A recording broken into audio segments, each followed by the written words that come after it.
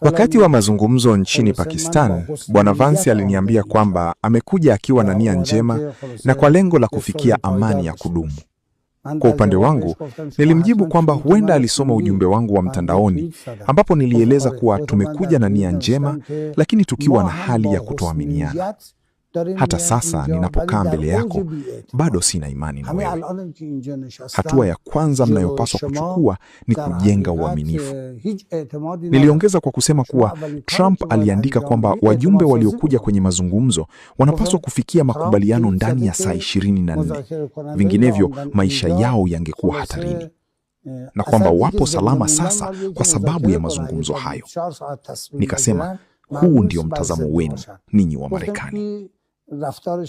Unajua vizuri kwamba sisi husimama hadi mwisho. Tuko tayari kwa vita wakati huu